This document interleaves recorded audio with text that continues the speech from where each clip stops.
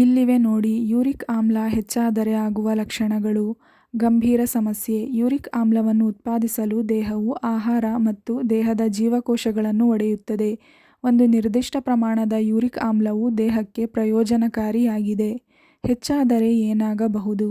Uric ಆಮ್ಲ ಹೆಚ್ಚಾದರೆ ನಿರ್ದಿಷ್ಟ ಪ್ರಮಾಣಕ್ಕಿಂತ ಹೆಚ್ಚು ಯೂರಿಕ್ ಆಮ್ಲವು ಹೃದ್ರೋಗಗಳು, ಕಿಡ್ನಿ ವೈಫಲ್ಯ, ಅಧಿಕ ರಕ್ತದೊತ್ತಡ, ಗೌಟ್ನಂತಹ ಗಂಭೀರ ಕಾಯಿಲೆಗಳಿಗೆ ಕಾರಣವಾಗುತ್ತದೆ. ಯೂರಿಕ್ ಆಮ್ಲ ಹೆಚ್ಚಾದರೆ ಚರ್ಮದ ಸಮಸ್ಯೆ. ಚರ್ಮದ ಕೆಳಗೆ ಯೂರಿಕ್ ಆಸಿಡ್ ಸಂಗ್ರಹಗೊಳ್ಳುತ್ತದೆ ಮತ್ತು ಮೃದುವಾಗಿ ಊದಿಕೊಳ್ಳುತ್ತದೆ. ಚಲನೆಯ ಸಮಸ್ಯೆ. ಯೂರಿಕ್ ಆಮ್ಲಗಳು ಹೆಚ್ಚಾದಂತೆ ಕೀಲುಗಳನ್ನು ಸಾಮಾನ್ಯವಾಗಿ ಸರಿಸಲು ಸಾಧ್ಯವಾಗದಿರಬಹುದು. ಕೀಲುಗಳಲ್ಲಿ ನೋವು ಕಾಣಿಸಿಕೊಳ್ಳುತ್ತದೆ. ದೀರ್ಘಕಾಲದ ಅಸ್ವಸ್ಥತೆ. ತೀವ್ರವಾದ ನೋವು ಕಡಿಮೆಯಾದ ನಂತರ ಕೆಲವು ಜಂಟಿ ಸಮಸ್ಯೆಗಳು ಕೆಲವು ದಿನಗಳಿಂದ ಕೆಲವು ವಾರಗಳವರೆಗೆ ಇರುತ್ತದೆ. ಉರಿಯೂತ. ಬಾಧಿತ ಜಂಟಿ ಅಥವಾ ಕೀಲುಗಳು ಊದಿಕೊಳ್ಳುತ್ತವೆ, ಮೃದುವಾಗಿ ಬೆಚ್ಚಗಿರುತ್ತದೆ ಮತ್ತು ಕೆಂಪು ಬಣ್ಣಕ್ಕೆ ತಿರುಗುತ್ತದೆ.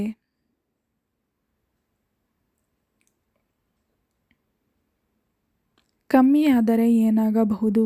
ಯೂರಿಕ್ ಆಮ್ಲ ಕಡಿಮೆಯಾದರೆ ಸ್ನಾಯು ದೌರ್ಬಲ್ಯ, ಆಯಾಸ, ಸಾಮಾನ್ಯಕ್ಕಿಂತ ಹೆಚ್ಚು ಮೂತ್ರವಿಸರ್ಜನೆ. ಇತರೆ ಸಮಸ್ಯೆಗಳು. ಹೊಟ್ಟೆಯಲ್ಲಿ ನೋವು, ತೊಡೆ ಸಂದು ಪ್ರದೇಶದಲ್ಲಿ ಒತ್ತಡ, ಅಧಿಕ ಜ್ವರ, ವಾಕರಿಕೆ ಹಾಗೂ ಮೂತ್ರದಲ್ಲಿ ರಕ್ತ ಕಾಣಿಸಿಕೊಳ್ಳುವುದು. ರಕ್ತದಲ್ಲಿ ಸೇರಿಕೊಂಡಿರುವ ಯೂರಿಕ್ ಆಮ್ಲವನ್ನು ಕಡಿಮೆ ಮಾಡುವ ಪಾನೀಯಗಳು ಇವೆ.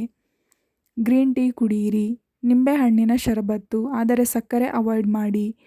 Apple cider vinegar. 1 ಚಮಚ ಆಪಲ್ ಸೈಡರ್ ವಿನೆಗರ್ ಹಾಗೂ 1 ಕಪ್ಪು ನೀರಿಗೆ ಬೆರೆಸಿ ಕುಡಿಯಿರಿ. ಗಿಡಮೂಲಿಕೆಯ ಚಹಾಗಳು ಅಥವಾ ಕಷಾಯಗಳನ್ನು ಸೇವಿಸಬಹುದು.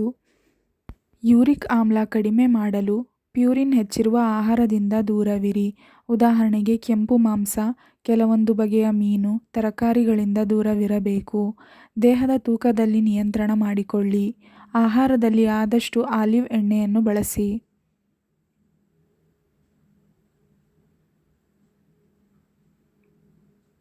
ದೀರ್ಘಕಾಲದಿಂದ ಯೂರಿಕ್ ಆಸಿಡ್ ಸಮಸ್ಯೆಯಿಂದ ಬಳಲುತ್ತಿರುವವರು ಪ್ರತಿದಿನ ಚೆರ್ರಿ, ಸ್ಟ್ರಾಬೆರಿ, ಬ್ಲೂಬೆರಿ ಹಣ್ಣುಗಳನ್ನು ಸೇವಿಸಿ. ಆಹಾರದಲ್ಲಿ ನಾರಿನಾಂಶ ಅಧಿಕವಾಗಿ ಸಿಗುವ ಆಹಾರ ಪದ್ಧತಿ ರೂಢಿಸಿಕೊಳ್ಳಿ. ಈ ಆಹಾರಗಳಿಂದ ನೈಸರ್ಗಿಕವಾಗಿ ಯೂರಿಕ್ ಆಮ್ಲದಿಂದ ಮುಕ್ತಿ ಪಡೆಯಬಹುದು.